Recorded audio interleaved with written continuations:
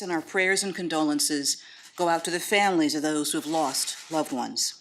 The Department of Justice, including the FBI, ATF, the U.S. Marshals Service, and the U.S. Attorney's Office on the scene, is working closely with our state and local counterparts, and we intend to provide any assistance that we can to investigate this attack and also to help heal a community that has been severely shaken and deeply scarred by an unfathomable tragedy. This is an unfolding situation. We'll be providing additional information when it is available and appropriate. But more so, this has been a week of profound grief and heartbreaking loss. The peaceful protest that was planned in Dallas last night was organized in response to the tragic deaths of Alton Sterling in Louisiana and Philando Castile in Minnesota. Now, we've opened a civil rights investigation in Louisiana, and we're providing assistance to local authorities in Minnesota who are leading the investigation there.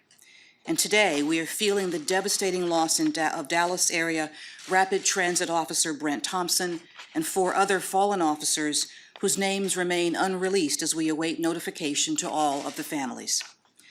Now, after the events of this week, Americans across our country are feeling a sense of helplessness, of uncertainty, and of fear. Now, these feelings are understandable and they are justified, but the answer must not be violence.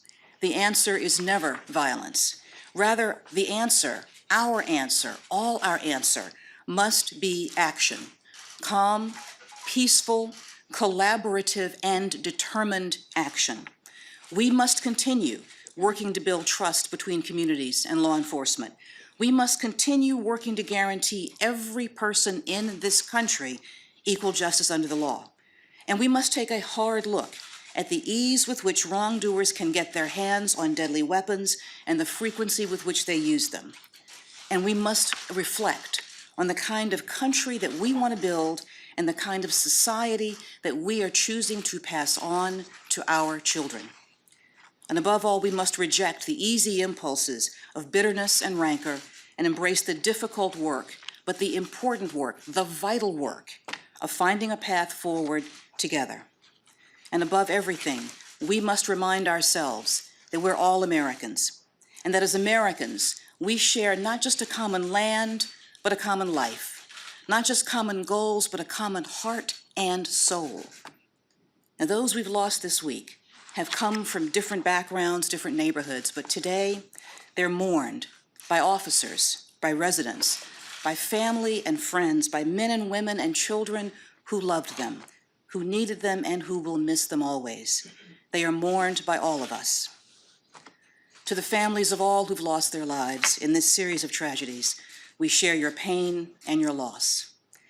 To our brothers and sisters who wear the badge, I want you to know that I am deeply grateful for the difficult and dangerous work that you do every day to keep our streets safe and our nation secure. Our hearts are broken by this loss, and the Department of Justice will do all that we can to support you in the days ahead. And to those who seek to improve our country through peaceful protest and protected speech, I want you to know that your voice is important. Do not be discouraged by those who would use your lawful actions as a cover for their heinous violence. We will continue to safeguard your constitutional rights and to work with you in the difficult mission of building a better nation and a brighter future. And to all Americans, I ask you, I implore you, do not let this week precipitate a new normal in this country. I ask you to turn to each other, not against each other, as we move forward. Let us support one another. Let us help heal one another. And I urge you to remember, today and every day, that we are one nation, we are one people, and we stand together. May God bless the families and the loved ones of all who were taken from us this week, and comfort their grief with his everlasting grace. And may God bless the United States of America. Thank you. Attorney General, will you please take your question?